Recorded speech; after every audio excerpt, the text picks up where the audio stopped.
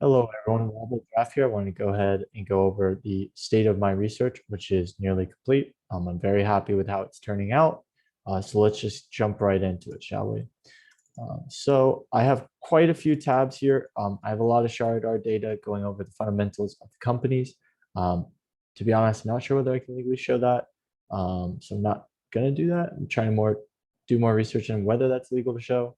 And if so, I'll share it. Otherwise, it just involves a lot of fundamental data, options trading, and whatnot. Okay.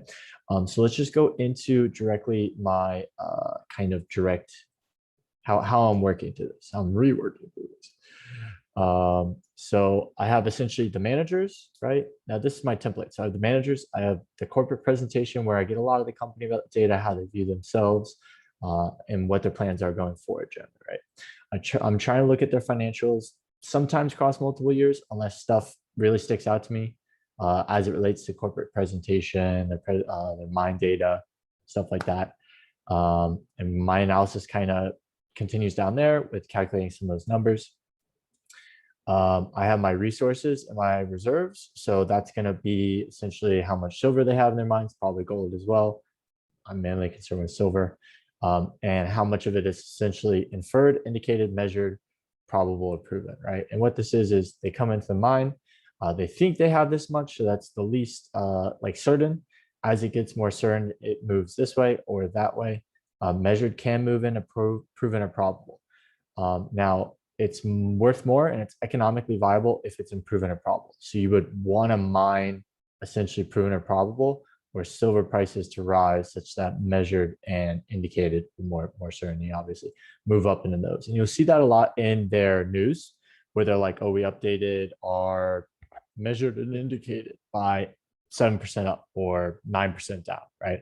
And that's something to watch because I've already caught one company basically saying, yeah, we took out X%. I don't recall it off the top of my head. We'll get into that too in a second. And that's something to watch out for because a lot of these companies seem to kind of do that sort of thing, which is not illegal. Um, but we don't want them over guesstimating what they have in their minds, only later to be like, oh, that's something a lot of people have talked about that occurs a lot in this industry. Okay. Um, I might get into mills if I have time. I might cut that off, honestly. That's not, it's important. It's not the most important from what I found so far in my analysis. So we'll see half of this, half of that. I think I found enough with quite a few companies that was wrong that I also didn't like that I'm not sure I necessarily need to go into million data again, but we'll see. So I have the news, I have the technical reports, which might be the NI dash, I believe 434 it was, maybe it's the opposite, and that's the Canadian forms for talking about your mines. And then we have essentially our mine status updates and drill holes across time as well. I've only done that for like one company. That can be kind of good to look at, but that comes back kind of to silver grade costs and other stuff. So might not do that for you either. We'll see. Anyhow, so let me start off with what's my most, I think AG actually might be my most researched. Let me do this. Let me address what companies I knocked off very quickly. Okay. So in my universe, I was trying to look at typically the bigger mines coming companies that typically had more than one mine or were trying to explore more and had a decent amount of revenue in silver typically established. I know on Reddit, a lot of people were talking about a lot of these junior miners, and I didn't do a lot of research into those. Most of those are pretty small companies. And I found big red flags for a couple of them that I researched. One of them, I think, was Kuya, if I recall correctly, miners or something, Kuya silver mine or something like that. And they had just like one mine in Peru, which had a presidential candidate that wanted to tax mines very heavily. So immediately something like that's out of here, right?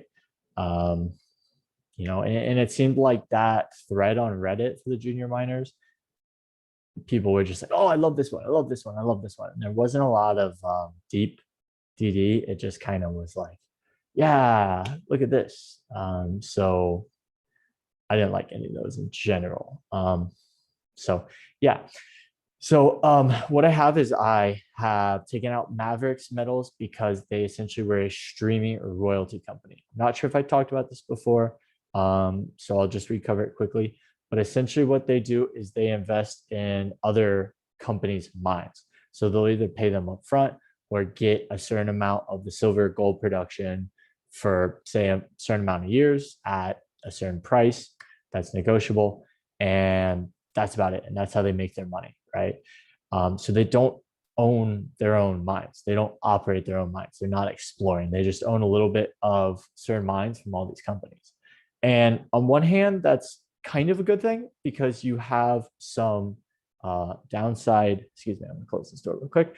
You have some downside protection in that, like, if the company you were invested in went under, you're not fully out of luck. So they're diversifying in that regard. And I kind of said these companies are almost like having ETF or mutual fund in multiple mines, right? And that actually brings up an interesting point. I don't necessarily see the reason to invest in one of these versus, say, just owning an ETF of gold miners or silver miners. That would require these companies to, let me make my camera a little bigger. That would require these companies to essentially make a lot better picks than those ETFs at a lower cost. And I suspect these companies pay themselves quite a bit to operate. Half of this, half of that, right? I can't see the reason to own them over like an ETF that holds that sector of miners.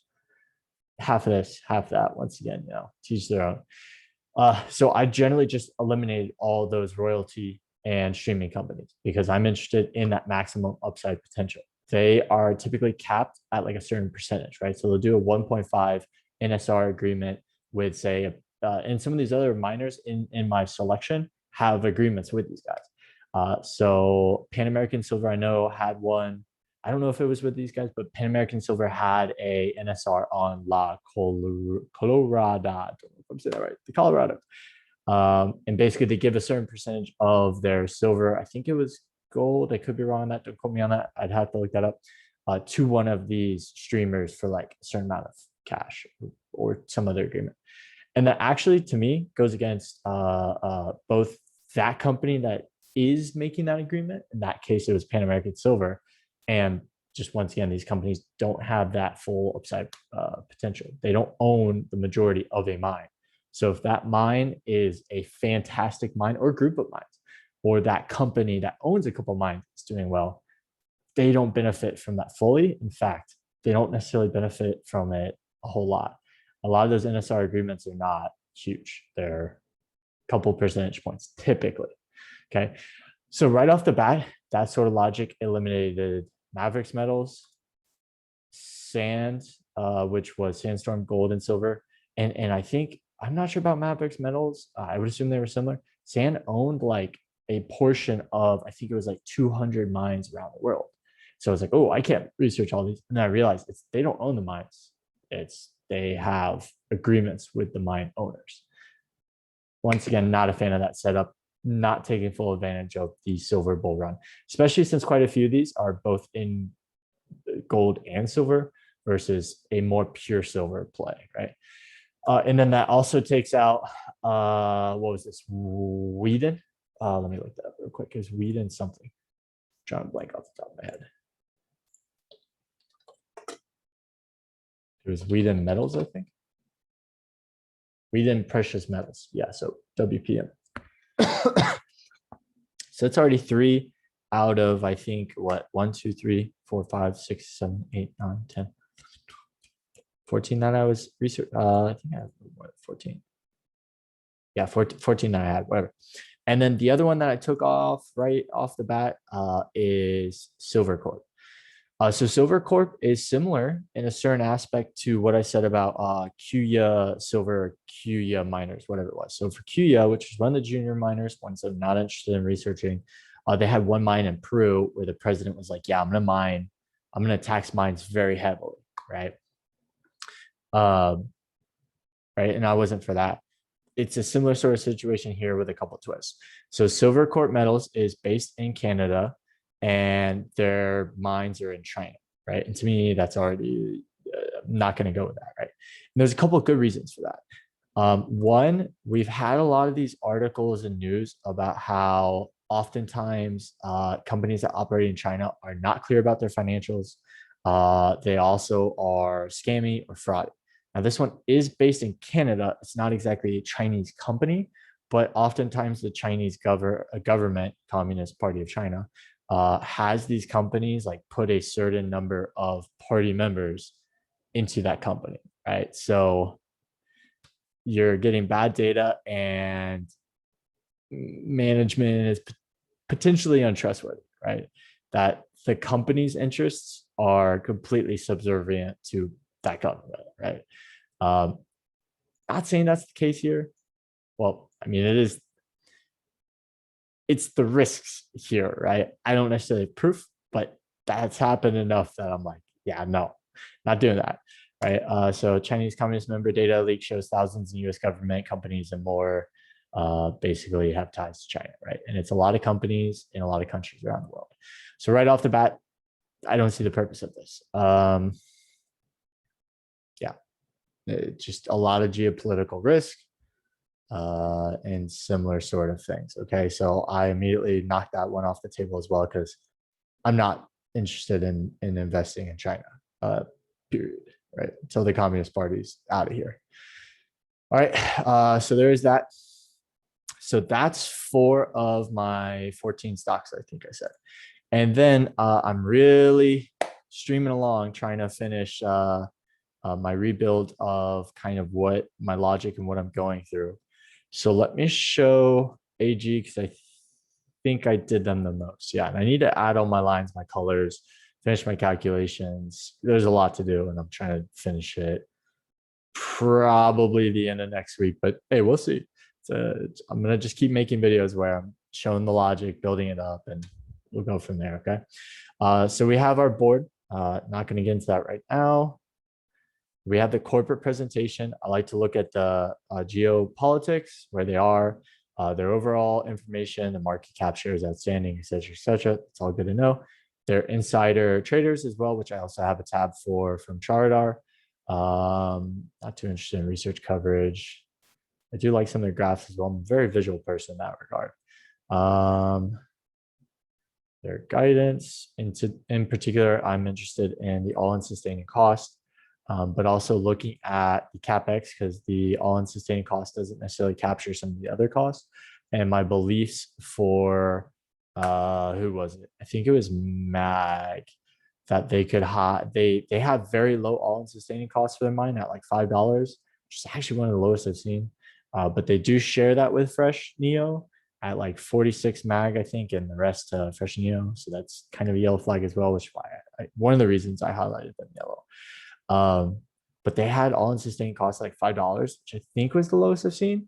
And it's one of the biggest mines. Typically, when we have a huge mine, all in sustaining costs or some other costs should be higher. So my suspicion there is that some of their fixed costs are higher, not necessarily the all in sustaining costs, or some of their costs is higher.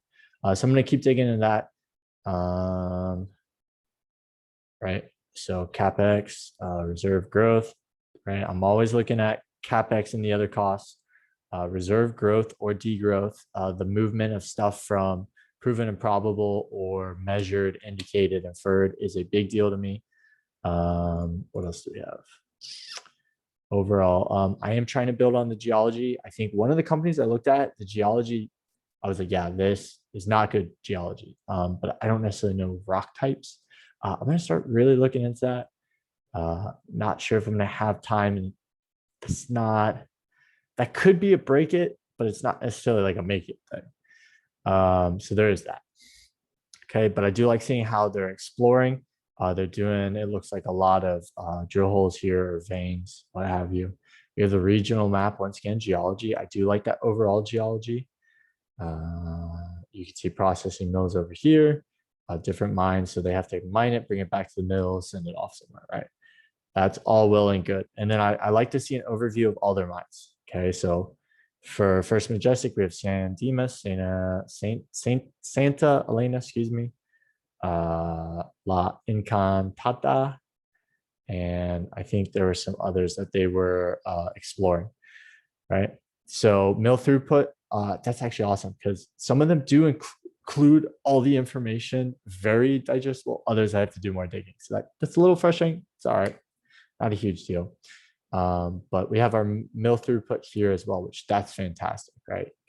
For some of them, calculating the mill data is a little rough. We have their total silver production, right? So I'm very happy with that sort of thing. We have the silver grade, which that's very low, right? That's above average. Still kind of low compared to Silvercrest and some of the other mining companies that are like.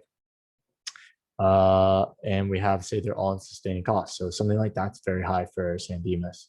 That's very high in general. And then we also have that for La Encantada, which that's also very high. Right. Oh, apparently I overwrote that, right? So once again, all-in sustaining costs for something like this, where it's a silver and gold mine, that's very bad. Let's see.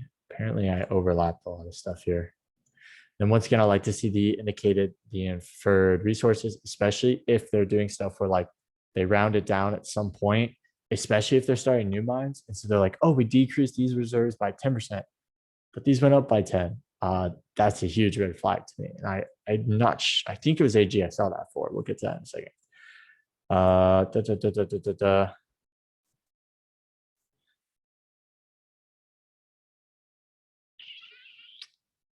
And then the revenue per metal, right? So silver is going up. Oh, excuse me. I thought that was up over time. It's 56%. All right, cool.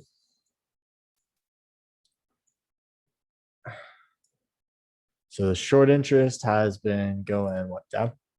What's green in this case? Their price, and short interest is going down. So that's showing that their company is more healthy, according to insiders. And then their non-core assets, I'm not too concerned with. And then they bought a stream in another mine. So they basically paid, who was it?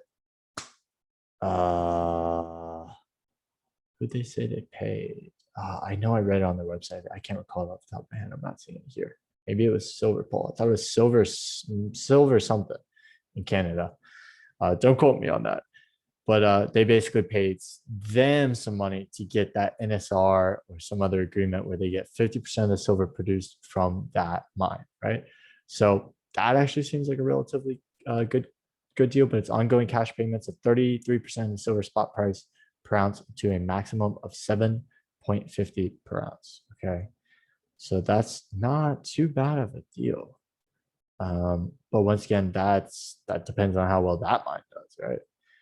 And then once again, the reserves and the resources, which I'm going to I think I got that in multiple areas. So I moved that elsewhere in this document. Oh boy, this is going to be a textbook someday. It's already a textbook. All right, so I do like that stuff. That came from their corporate presentation, which is why it's in this column. I think I also included it elsewhere from the news, which is what I typically watch because it's more often a little more current, and it's usually easier to get multiple years. Suppose I could look up corporate presentations from multiple years. So I'm going to kind of glance over that. All right, so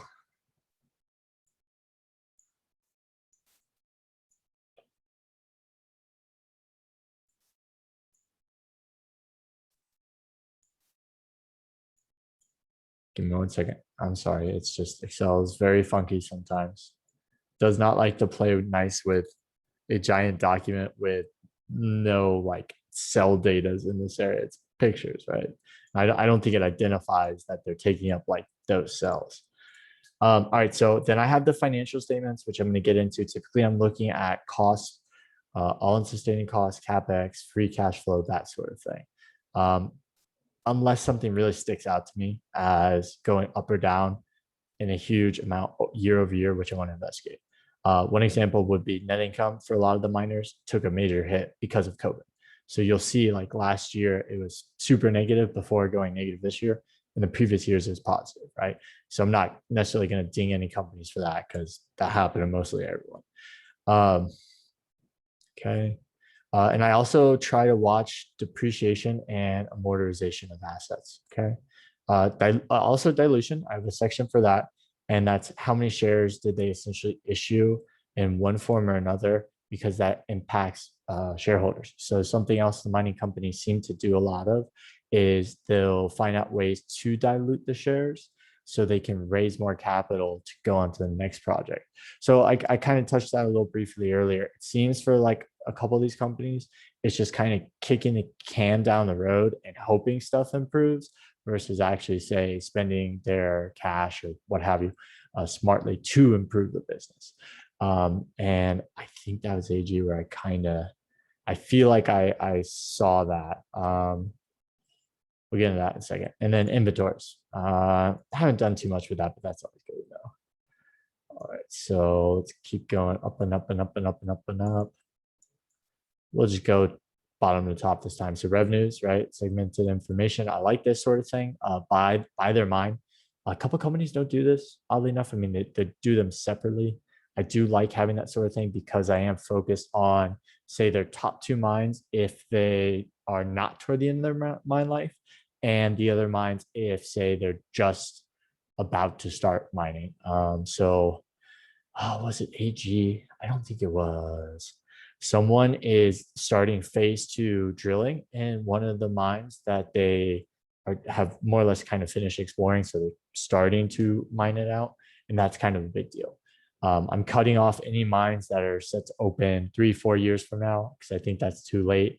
And I do check most of the mines to see that they're not about to reach end of life, end of their mine life, because then they also miss the bull run, right? So timing is pretty important as well in that regard. Then I have cash flows. Like I said, cash flows is pretty important, especially if you're calculating the free cash flow, which then I can compare with the enterprise value. Okay, so I have the consolidated statements of the financial position as well. And then once again, so I have a section on the reserves and resources. I do like also they break it down by mine. Some just seem to kind of give totals. I mean, they obviously do add it at the bottom. Okay, so that's all in well a good table to have. I'll just say right off the bat, silver grades, they're good in San Dimas, which I think is their oldest mine. Not so good in some of the newer mines. Okay, now they're ramping up. They're not necessarily to the highest grade silver. And then the question is, how quickly can they reach that? Okay, and for some companies, it's not anytime soon. So there we go. Right. Okay, and then this breaks it down a little bit more, right? So we have the what is this? Excuse me. Yeah, so measure and indicate. And that goes back to that graph. Did I put that on this page? I absolutely should. If I haven't already. I got to kind of move stuff around because I have stuff on different pages for different companies, and then it just gets a little confusing, right? So let's just where are you? Bada bing, bada boom. Excel always doesn't want to cut one picture, but they're kind of the same thing. One's just a little better.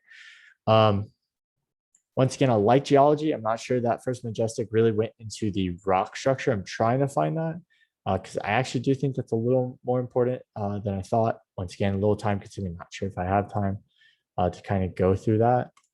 And then they do break it down once again by mine. So the all-in sustaining costs were very high for almost all their mines.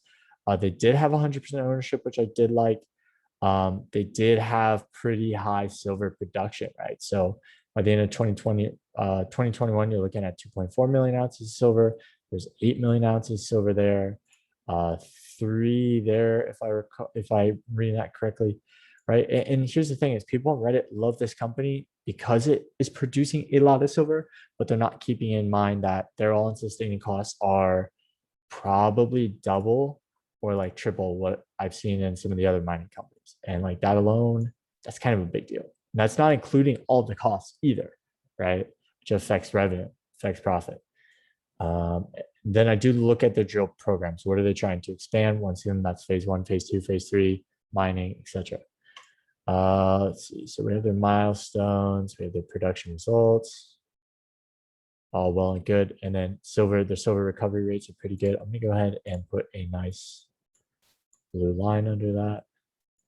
Actually, let's do blue. That's simple enough to do. I'm gonna come back. Y'all are gonna see this. It's gonna have like silly string on it in a couple of days.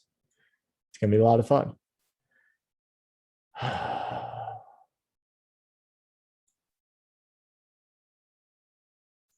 Okay, total silver ounces produced once again. I think that's pretty important. Like if I had to boil it down to a couple of basic sort of things I'm looking for, it comes into silver recovery rates, total silver produced, metallurgical, well, that is recovery rate. So silver recovery rates, total silver produced, all-in sustaining costs. Did they have to kind of round down or lie on some of their forms where they like changed how much was in their reserves, resources, etc. I'm looking at their silver grade as well, which here it's not the lowest I've seen, not the best. So you're already looking at high cost and their metal grade is relatively low. Now those kind of go hand in hand. If the average silver grade is lower, typically I'll see higher all-in sustaining costs, right? Because they're mining more, right? They're drilling more. Okay, so those are three good facts, just kind of at a glance. I like that they're transparent about that. Some companies do seem to make that a little harder to find, right? So yeah, transparency is very good in that regard. In a second, Excel is freezing on me. I wonder why this thing is probably, I'm going to look at the size of this file after all of this and be like, it's like 10 gigs of pictures. All right. Yeah, also another thing I look for is ownership, right? So once again, I talked about how I don't like Fresh Neo or I think it was Mag, because they're splitting a huge mine 46 to 46 or 44 to like 56 or 54. And I don't like that, right? That's not good. Okay, so that's all well and good. Not too much more there. And then I want, let's see, operating highlights. I think that's for another mine. And then geology and then the silver purchase agreement, excuse me, with, what is that? That's the NSA, the new stream agreement. Get out of here. Why are you doing this, Excel? Leave me alone. Let's see, prior to the closing of the acquisition, the stream agreement was, yeah, so there you go, right? So First Majestic, I talked about why I didn't like Wheaton Precious Metals, because they're a silver streaming company where they're not actually mining. They just buy the rights to essentially get a portion of the silver or something, or gold, something similar, right? And I don't typically like to see that in my companies. It's not necessarily a break it deal, but that limits my profit as an investor. And I'm not sure that a lot of like retail investors look in that sort of thing. Hold on, let me give 1 second here. It's not a end all be all, but it is kind of an important fact, right? So let's kind of read through this one real quick, just since it's a simpler one. A new stream agreement was established with WPM, which entitles WPM to receive 25% of the gold equivalent production in exchange for ongoing payments to this amount of money or this, right? And here's the thing, right, is if you and I as a retail investor, specifically in this case me, like First Majestic, and we expect it to make a lot of money because in this case it's a gold agreement, right? So let's just say I expect gold to go super high. Well, here's the thing is First Majestic will make money off of that gold, but not necessarily that full amount, right?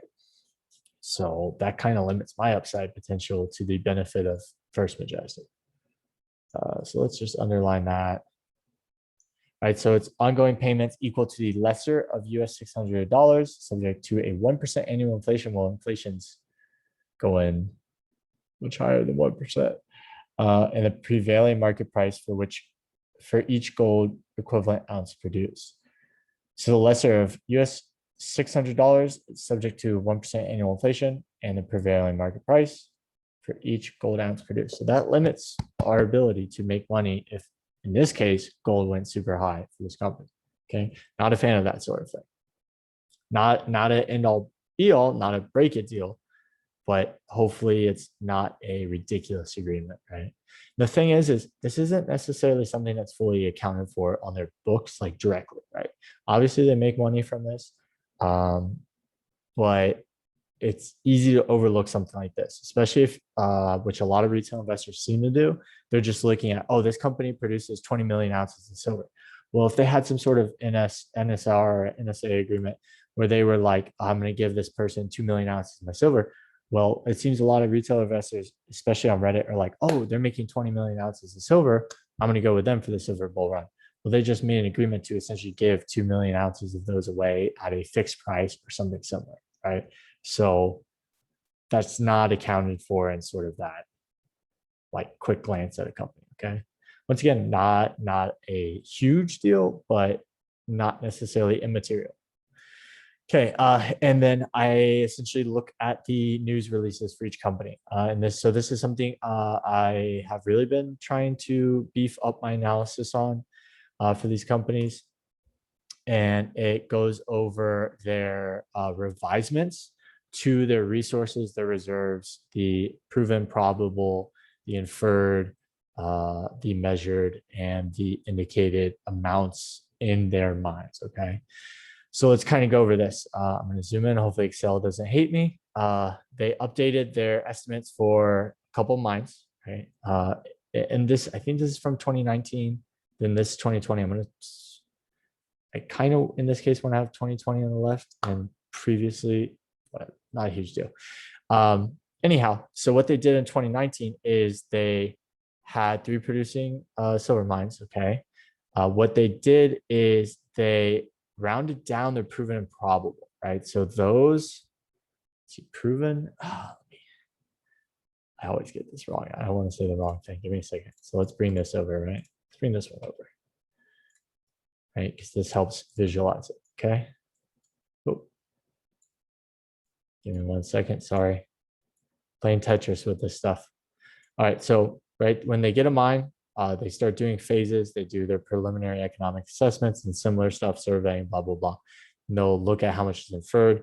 And then as they explore the mine more, they essentially move inferred to these other groups, okay? So it goes inferred, indicated, measured is more geologically certain, or inferred, probable, proven is more geologically certain. And then you can have measured go to probable, proven. But then it also is it economically viable to mine? So these are either like the grade isn't high enough that their costs make it inviable, or like silver prices aren't high enough that it's worth mining. So you could have like a small chunk of silver. You're just like, all right, nah, forget that. I'm going to go for this big silver rock over here, right? That's kind of that cutoff there. We like proven, we like probable, okay?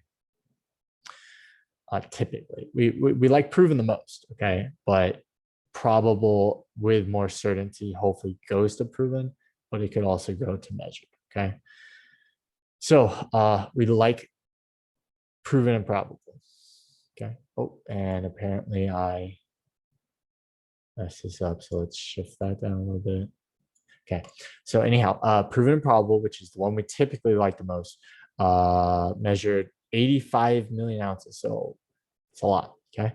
Or 146 ounces of silver equivalent, which once again, that's also including gold and prices. So yeah, they converted the 733,000 ounces of gold, representing a 4% decrease compared to previous estimates. So like 4% isn't the worst, right? If I saw something like 15, 20, 25, I'd be sweating.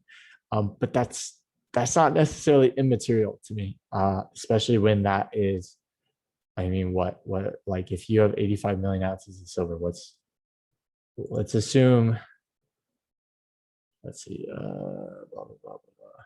So that might be what they rounded it to, but let's just take kind of 4% of what, 80 million? Let's just do 85 million, right? So 1, 2, 3, 1, 2, 3. That's 3.4 like million ounces of essentially silver, or that's not including the gold equivalent either, right? So that wasn't the silver equivalent measure, that was just silver. So that would be equivalent to 3.4 million ounces of silver. That's a lot, especially if silver's at, what's the silver spot price today?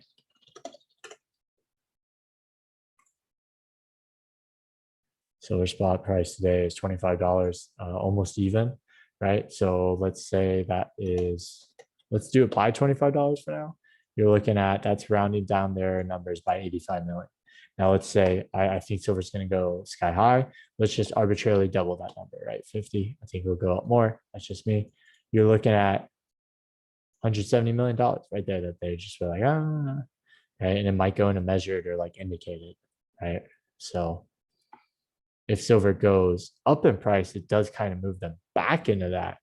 But then that also probably takes more time for them to go back and mine it versus mining now, right? So 4% even is kind of a big deal there. I would assume most mining companies like do round at some point, right? 4% is not the end all be all, once again, but then it's, are they doing this multiple years, right? Because then if they're doing it multiple years, that's iffy. And that becomes kicking the can down the road. Because it's, if they did it in 2019, let's say they did it in 2020, let's say they did it in 2018. The only thing that then kind of saves their numbers is, oh, we got a new mine that then added to our overall resource. So it's kind of like hiding legally that their company is not doing as well as they think it is, right? And this isn't something that's necessarily like fully captured on their accounting books per se. Yeah. So yeah, that's 4% once again. I'm not, I've definitely seen more than that. So it's not the worst, but good example to go with. Okay, so excluded 16.6 million silver equivalent ounces as the result of placing multiple mines on temporary suspension. That could be a big deal as well. So then here's the thing, it's measured and indicated mineral resources for the company's 7 properties increased by 3%. So it's possible that those 4% essentially went into that, some of that 3%. But once again, right, they're not economically viable at this price. So they're moving beyond those rocks. If the price went up, they would then have to come back for this price, spending more money. Okay. So that's kind of jostling around stuff. Proven and probable is what we want. More so proven than probable. Okay. So inferred increased by 8%. So they did more exploration, which is that. So then it could go into those. So that's good. Okay. So let's just make a nice little, oh, apparently I can't make another. There we go.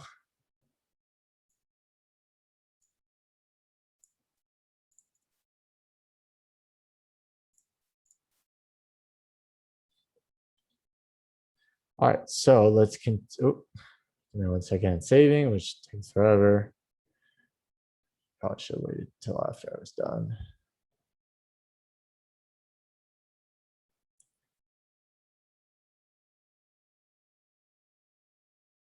So reserves remain relatively unchanged at 103 million silver equivalent ounces.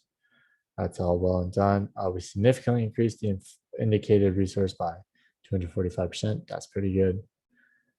Indicated was, I believe, above inferred. I always get the 2 I's mixed up and the 2 P's. You think they would give them better names, but hey, I didn't make the rules. I just followed them. Okay, let's get 1 second. So what went up by?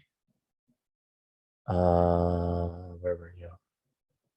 Yeah, so our exploration efforts increased essentially the reserves up by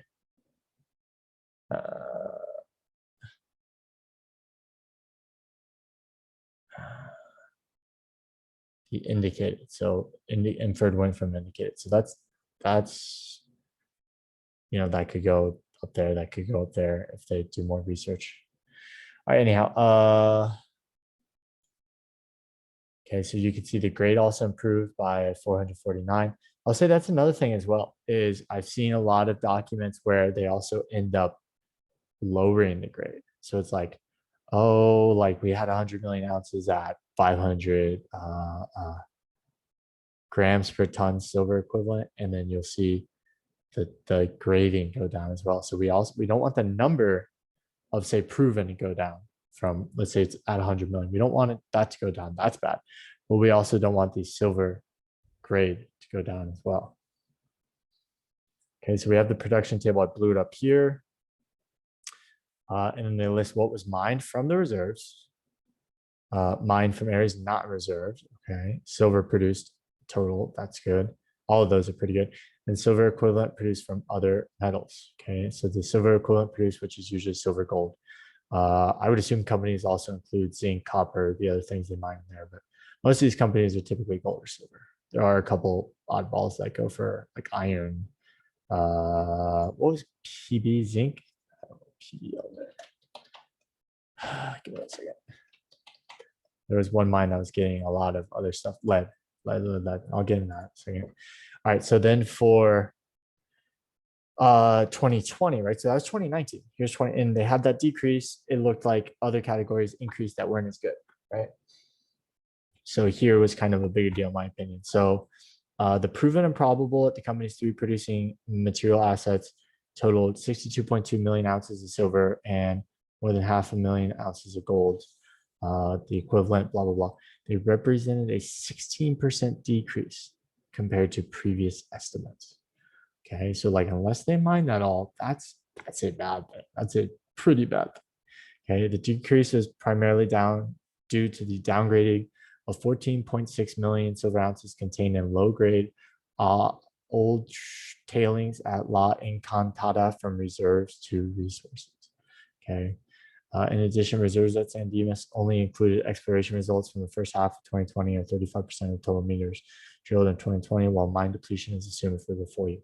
Okay, so like fair enough, but at the same time, that's a lot of silver and/or gold to just be like, oh, yep, don't have that anymore, right? So average P&P grades decreased by, so proven probable grades, so the silver grade, gold grade as well, decreased by 40%. 40% to 449 silver equivalent grams per ton.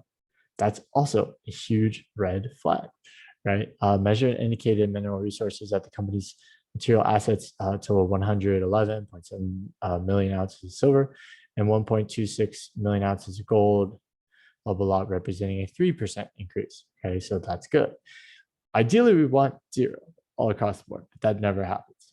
So I would rather see a company kind of understate it than overstate it. And I know Silvercrest has typically understated it. Okay. We'll get into that more. So what do we have here? Inferred mineral resources at the company's material assets totaled 98 million ounces of silver and 1.22 million ounces of gold, representing a 19% increase from the prior estimate. Okay. Now, once again, inferred is the lowest category. This does mean that they are exploring. So that is a good thing. So yeah, that's not necessarily bad to see that fluctuate because they might be exploring. Okay. We don't want to see those fluctuate, especially by a large percentage. Now, silver prices can move them up or down. So that's fair enough. But to see it just go down by 16% is, I want a very good explanation, more so than that. Okay. So average inferred grades decreased 8% to 406 silver equivalent grams per ton in gold. That's not the end of the world because that is the lowest category. And if they did more exploration, it could go back up. But once again, 8%, that's kind of a huge deal. All right. Excuse me.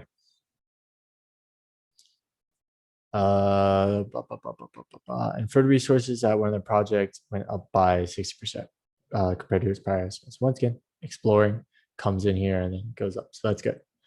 Okay. Blah, blah, blah. Production table. I already covered that kind of in the other one. I think most of this was what I talked about up here as well. Yeah, it's just kind of a recap. Okay, yeah. So, right,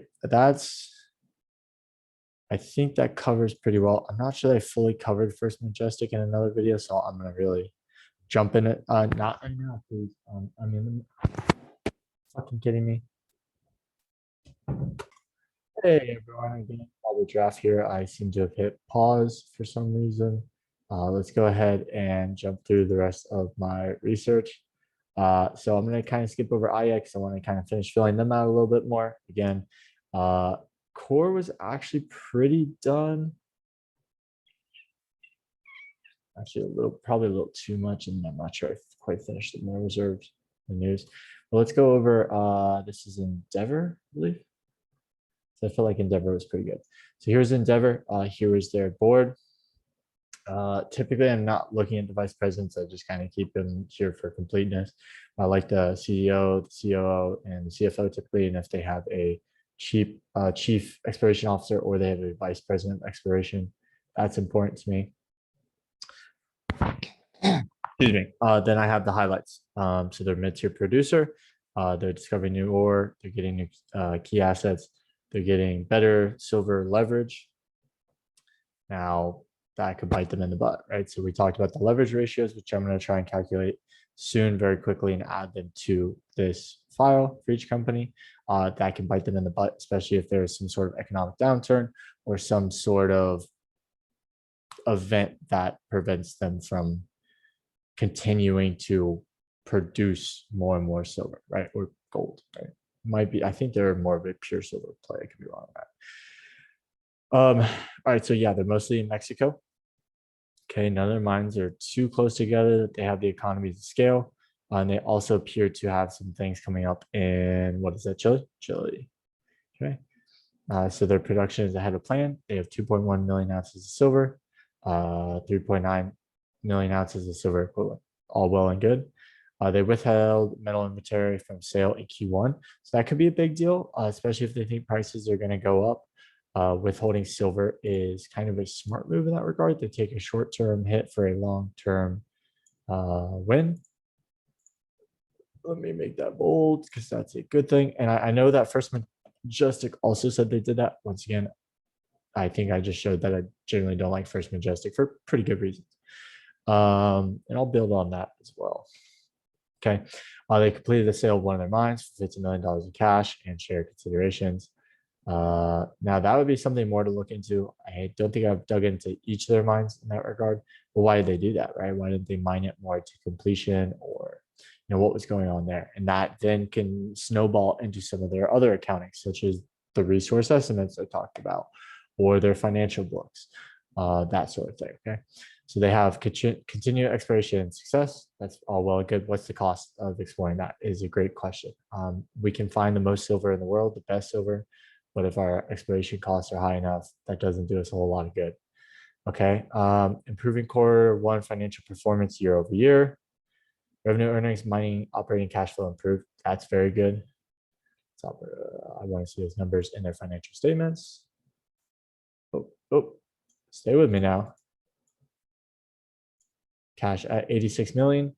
And this is kind of a dilemma I've been thinking about for some of these companies, because I know one of the other companies I was researching, I don't think it was First Majestic. It might have been Fresh Neo. I'd have to double check. A lot of numbers. They had like $96 million in cash. But here's kind of the question I was thinking about earlier is if these companies had a lot of cash, but inflation went sky high, what does that do? Because silver will follow the inflation. Okay. But if inflation, say, popped up quick enough, it would wipe out those cash positions or make them significantly less. Right. So do you really want to be like heavily in cash or cash equivalents, I suppose, in such a scenario? And that's kind of a weird dilemma to think about, because it's like inflation, the Federal Reserve, the M3 money supply went up, 30% and growing. So that was probably more. I haven't checked it today, this week. I need to recheck it. It's going through the roof either way. Which inflation will follow that, right? Regardless, so let's say it's at 30%. It's probably more. So let's say 30, right? Because I know it was at 30 at the very least. It's going up. That would wipe out their cash position by, let's see, 8.86 times what? 70%? Looking at them losing 60 million right off the bat there. Or excuse me, they would have 60 million essentially left in purchasing power, right? They would still have 86 million, but it would only be able to purchase $60 million worth of goods and services. So that was kind of a weird dilemma I was thinking about today, because I saw another company with, I think it was $96 million in cash. And it's like, well, they're going to make a lot more money from silver going up due to inflation, but they're also going to take an interesting hit in their cash and cash positions by that same inflation. And it might make like growing their company harder, because if say prices were changing like week over week or day over day, something similar like that, then they need careful like cash management in that regard. So it's a weird dilemma, and we've never kind of, well, America's never experienced something like that. I know Venezuela and other places, like you would go to buy bread, and bread would already be double the money you brought, right? So that should be interesting to play out, and I'm actually gonna probably look at that number a little bit more on people's financial sheets as well, because it's like they're gonna make more money from silver, but they're also gonna lose money to inflation. I mean, everyone is, but I don't know why I find that funny. It's terrible. It's a weird dilemma. All right, so cash cost flat at $7.86 per ounce, which once again, I'm not too concerned with cash costs. I want all-in sustaining costs. So all-in sustaining costs increased to almost $20. That's awful. It's god awful. It's god stonkical awful. So let's put that in red, right? Not, once again, I don't want to rule them based on that, but that's, there's never one reason to rule someone out, but considering that's kind of become the gold standard of, ironically, well, let's using the gold industry first, but because that's kind of the gold standard of the silver mining industry, that's awful. So there you go. Due to higher royalties, labor, and increased G&A. Okay, fair enough. What do we have? Financial strength improving, fueled by free cash flow generation, minimum long-term debt. Yeah, free cash flow is a good thing. In my opinion, that is a good measure of how these companies are doing. Right, there you go. Liquidity position potential at Q1 includes 87 million in cash, 30 million from remaining ATM, receipts of 15 million from, okay. So the silver margins net of gold credits are increasing. That's good. EBITDA is improving a lot. I mean, all of these are going up over 100%. That's all well and good. EBITDA is improving. Mine operating cash flow is going up. Cash position is increasing. And once again, like, I'm not so sure that's a great thing. We'll see how that one plays out. But yeah, so far that's a big no for me. 2021 outlook: production slightly higher now that operation turnarounds completely. Cash flow significantly higher due to higher metal prices. However, I mean, everyone's experiencing that. Cost slightly higher. Yeah, slightly. They're already bad. The feasibility study expected mid-year should facilitate development decision. That thing comes down to how long does that mine take to open. So that's not necessarily important in my analysis. The Joe program is focusing on expanding resources. Okay, fair enough. Let's see what they have here. Tons per day, 1 to 2. Those are all kind of well, consolidated. I'm guessing is all those adding up. It's not the worst. I am trying to track mine data a little bit closer, so let's go ahead and underline that while we're at it. Silver production, I mean, their silver production is not anything to boast about compared to some other silver miners.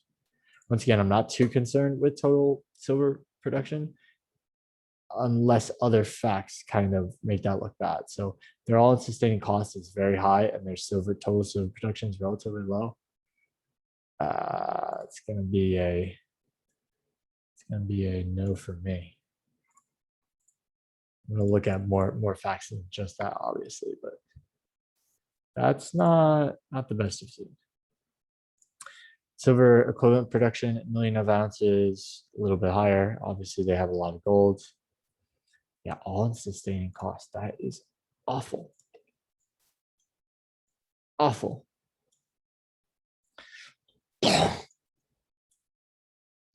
Sustaining capital budget, exploration budget, all well and good. Cornerstone silver mine, silver equivalent production up 76%, throughput up 80%, grades down. So yeah, also, right, let's also talk about this. Oh, excuse me. So the grades are down. So the silver grade of what they're mining is also down.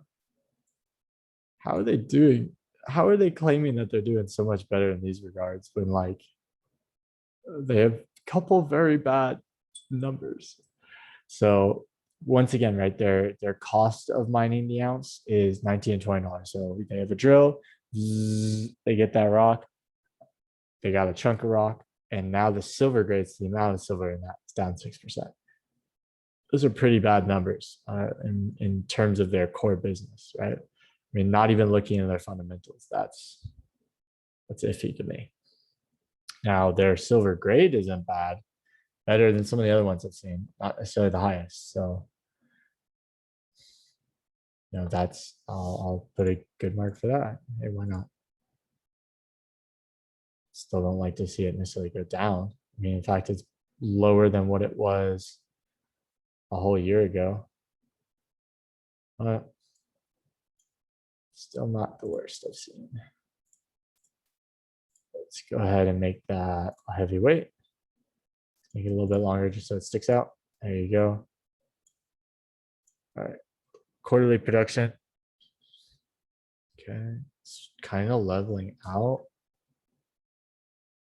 Now, well, COVID probably took it down, so it might have been, at that level before.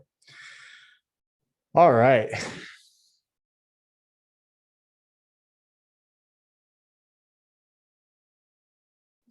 Tons produced, silver grade. So there's silver grades, not too bad there.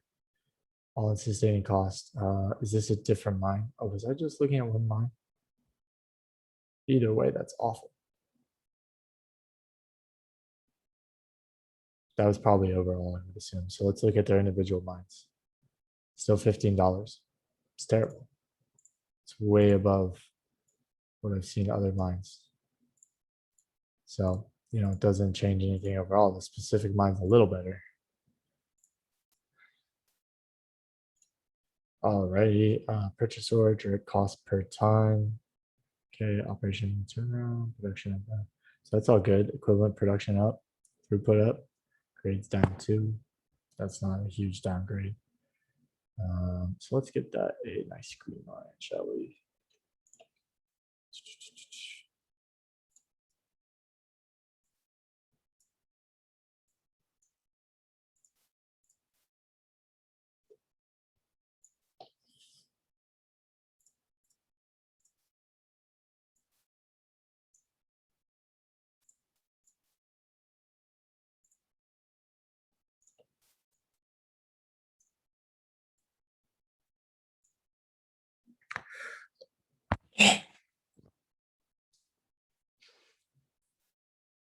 All right, excuse me. Let's go ahead and they added more resources. That's good. Quarterly production had a plan.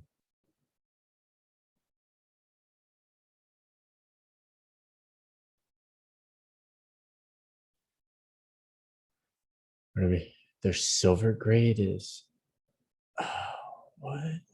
so their silver grade is down 17%, but it's also very low.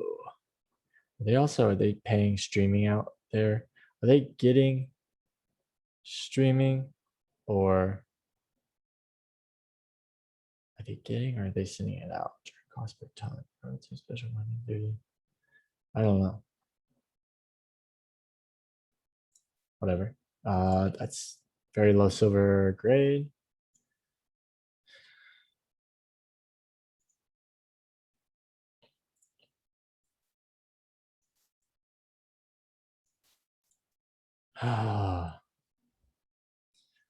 Alrighty.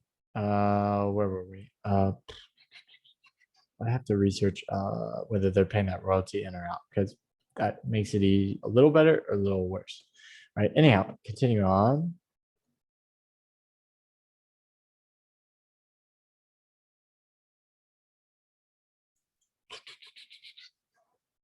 Cash costs, I'm not too worried about cash costs. How do you see? I don't get this. How do you have a negative all in sustaining costs? Are you gaining sustaining? Are you gaining by spending? Sign me up. I want that. That's mostly gold though. So yeah, I see even that was mostly gold. So how many mines do you have there? Mostly silver. Looks like one. And here's the thing is that mine is not doing too well. I mean, 80% silver, that's all well and good. The silver grade's all right. The all-in sustaining cost is pretty bad. The grade is down a little bit since last year. And then the silver production amount in of itself isn't that good. So I'm gonna give them a yellow color. I'm not feeling that. All right, so let's continue on. So then it comes down to what they're exploring. Yeah, I'm already half tempted to just rule them off based on that alone. Let's see, so they have 26 concessions, 50 lines, blah, blah, blah. Feasibility study underway to further de-risk the project. So they're still pretty early on in the process for this. So I'm gonna let's do blue. Yeah. Okay, so annual silver gold production, excuse me, 30 million ounces of gold or silver, excuse me, I got that backwards, 33 of gold. So that's not too bad. Two defined ore bodies. What's their grade? Approximately 4 to 100. See now, see, they don't have the silver grade there. They have it in the map. They do not. Okay, let's continue on. So let's see. Now, what is this? Are they mining this already? Are they mining this already? They do give the NPV. They do give the IRR. They do give the payback. All good numbers. I like to see this. Good on you for transparency. Some people don't want to do this. I can build on that as well. Make you a heavyweight. There we go. I'm going to go here. Okay, so I can come back to that, and then mining cost, total cost. What was, did you give your all-in sustaining cost here? Let's look this up real quick. Terronera.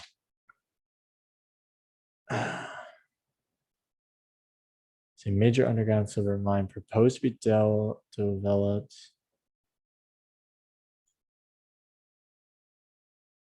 Yeah, it says it's producing. Where are we? Total investment is quite a bit. The final development decision is expected after the completion of a definitive feasibility study in 2021, while construction and commissioning is expected to take 18 months. So let's assume they finished that. They might have already finished the DFS, but let's say they finished it right now. So 18 months to construct the mine is, well, it's more than a year and a half, right? Tail end of the boom, I would argue. Now it does have quite a bit much lower on sustaining cost. That's actually one of the better ones I've seen. So still can't take advantage fully of the run. So hey, half of this, half of that, right? That's, can't really include that. Like, that's great cost. See you in year and a half. All right. All right, 2020 PFS baseball and current case highlights. So here's the thing, and I'm having to just look over this just because it is gonna be toward the tail end or like part of the way through the boom. Production and grade profile.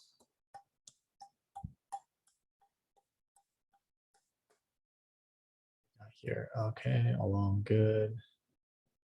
Yeah, so I mean, even looking at payroll, when is this going to be finished? Drilling resumes in 2021. Okay, indicated resource 3.7 million ounces silver required. Was the highest grade silver mine in the 1800s. Provided silver to Mexican men. Oh, fun fact. Either way, drilling resumes in 2021. So you're going to expand what you're already building. That could help. Why were there not more statistics on that? I don't see any. All right. Anyhow, okay.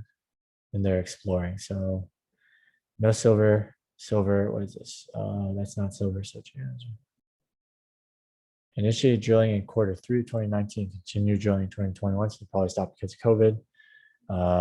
It has gold mineralization as well. Well, I'll have to look into that a little bit more. But usually if a company is like mining that, there's data in it in the presentation. So not seeing that, maybe it's on hold or something. A couple companies have legal issues with a certain mine, and they still have it on their books, and it's still like kind of included in their resources or their reserves or just their estimates, and they're unable to mine it, right? So that's also kind of a big deal. Sector leading organic growth strategy, operating mines, cash flow growth, mining new grade ore bodies. Yeah, so that's just a plan. I'm not going to step through that entirely. Yeah, so just build up their current mines, keep developing the other ones. So they're still developing Peral, still running the feasibility study. That also, I'll make a note of that, right? So I'm not going to highlight it here, but it also comes down to how quickly they can do a feasibility study.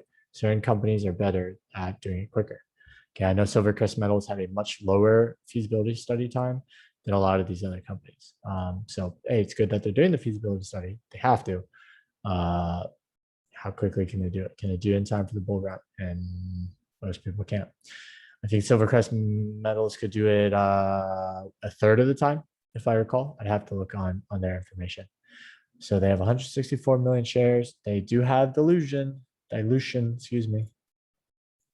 Bada bing, bada boom. All right, once again, if it's a little bit, not a big deal. But if it's a lot, that's not so good.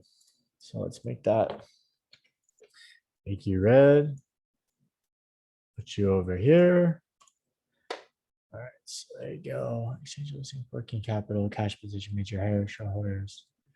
They do have some major shareholders in Van Eck, I never say it right, Van Eck and S&P TSP Composite. Sure. Strategic shareholder Fresh Neo owns 2% of them. Interesting. That's actually probably makes me like Fresh Neo less. I'm already on the fence about him, and this is not a good company. We'll make you red as well. All right, mining analyst, leading sector leading beta to silver. Now, like, here's the thing, right? Is leverage is good, right? In this case, this is what they're saying to beta, right? So if silver went up $100, they would make more money, arguably, over the rest of these companies because they have that higher beta. Okay, in essence, they're higher, more leveraged. One, their costs are higher. So I'm not sure how they have that higher beta, to be honest, but especially with the numbers I'm seeing. But the thing is we're looking at stagflation, right? So the economy is going to turn south a little bit, most likely. It's the 70s all over again. But there's going to be a downturn as well, and there's going to be inflation, and JP Morgan has to buy back all those ounces off the market. So then it's like, is that good to be leveraged? I would argue probably not. Once again, right, inflation is going to wipe out a good portion of every company's cash holdings. So it's a lot of things, a lot of question marks in this sort of scenario. It's kind of unprecedented, I would say. 40% inflation, maybe because of the Federal Reserve dollars being printed. I'm gonna lower my chair. Sorry, I'm just getting a little tired sitting. Give me 1 second, please. What else? Don't mind the books and reorganizing stuff. My bookshelf fell apart the other day, made in China. What can I say? Like everything else. All right. So Catalyst. I like reading companies' Catalyst because it's what they think will make their stock go higher. Not always the same between companies. So they're delivering free cash flow, fair enough, but how does that compare to their enterprise value? More exploration, replace the reserves, grow resources, discover more, go through M&A. All right, fair enough. That's cool.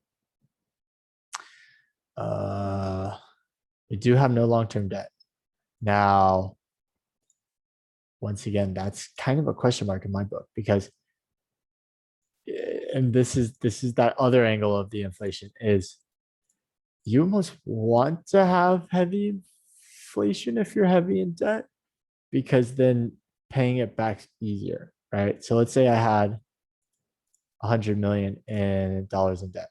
Okay, just nice even $100 million. If inflation goes up 30%, if I'm in a company that is making money, then essentially I'm paying less like real value for that debt. So like, let's just take silver. Let's say silver goes up by the amount of inflation. Your debt stayed at 100 million, silver went up 40% or 30% because of inflation, probably more. And JP Morgan has to buy it, blah, blah, blah, all these other factors. You're paying essentially less if there wasn't, you're paying less than if there wasn't inflation. It's double-edged sword. It's a very weird scenario. We'll see what happens. That being said, right, then there's the follow-up that no long-term debt could also be a good thing in this case as well, because a couple of companies had debt that was expiring very soon. And if they needed to take more debt on, it could be potentially at a higher interest rate. So a couple of companies had senior notes at like 5% that were expiring 2023. And by then, interest rates are going to have to go up. I would argue the economy is definitely going to turn south in the next 3 years at the very latest, because we're at the end of the bull run. People try to say COVID ended it. Not really. Federal Reserve printed money into everything. There was a downturn, don't get me wrong, but it wasn't like the bubble popping, right? The bubble got worse. So let's say there was an economic downturn in the next 3 years. The Federal Reserve already has interest rates at zero. They're going to have to take it up. Paul Volcker raised it to 20% in the early 1980s, if my year is correct. They then would need to get debt notes at 20% or more. So, having no long-term debt is good if you're well financed, but then having a lot of cash isn't necessarily good. Oh, it's a weird situation, man. And men and women. All right, so reserves and resources, that is way too small. I'm not sure if I can blow that up. Plus, I don't like that's in this section, but I do like that they break it down by mine. So silver grade, there's silver grade and proven and probable is awful for two of their mines. Now, granted, those are their gold mines. Let's be clear on that. Let's take this down here. One of their mines is good. Right, I mean, it's down. It's looking pretty bad all the way down. I was born to be a painter. Just draw lines, colored lines on a canvas. Stupid. All right. How much silver do they have? 10 million ounces here and probable. So what do they have overall? What's their total proven and probable? 1.5. And so 47 million ounces of silver is not too bad. Let's bring you back. Excuse me. Bada bing, bada boom. I don't think I could change my color when I switch you. Delete. And you know what else kind of stinks a little bit? Be honest about this. When I move these photos and organize them better, I have to redo all the lines. Lines don't move with the pictures. Oh, Windows is such a bad operating system. Typically, I use Linux, but that's neither here nor there, All right, so what do we say? So we're ounces equivalent. Yeah, so that's not too bad by any means.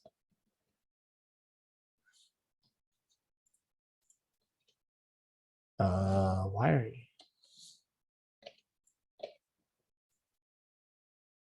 Let me look up what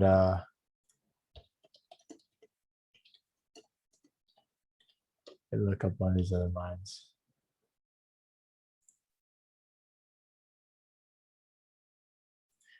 All right. Speaking of which, I do need to reinstall Linux. Sorry, brain blip. This video is getting pretty long. My mind's starting to trail off. All right, so management team. Haven't researched them too much. I have them at the top as well. So their assumptions for the PVS, silver price, gold price. I mean, silver's above that, gold's above that. Life mine of years looks good. Average silver grade's pretty bad. Let's get that green line down here for my life in terms of not being like wrong per se. If it was above 20 years, that would get a red line. I think longer than that is ridiculous. The thing is I know that at the very least, I think it was who was it? Was it Mag or someone had it might have been First Majestic. They had a 19-year of my life. And even then I'm like, yeah. I think it was Fresh Neo Mag. And it is the biggest mine. I think this is the biggest mine in North America. Maybe I don't think it was the world. So like maybe that makes sense, but it's definitely going to be longer than the Bull Run. So, all right, fair enough. All right, so here's another thing, right? So let's drag my nice little crayons down here. And what do we have? So their average silver recovery, not that good. Not the worst I've seen. Not super good. I prefer above 90%. So there you go there. Initial capital expenditure, processing, sustaining capital. I'll need to come back to sustaining and initial capex. Payback period 2.5 years average. So I do like that they give us the IRR. I don't think I've established kind of an average for what I've seen there, but let me go ahead and that payback period does look relatively low. All sustaining cost per silver ounce. Now that's pretty good. Okay, cash costs per silver equivalents. Okay, economic value, investments, blah, blah, blah. There's a map. Okay, then I put a bubble over here. Yeah, once again, when I did my first kind of go through, I just keep making passes, looking at the same data across my companies or the universe as I build it up. Silver equivalent was relatively low. And that just kind of went down there. Okay, so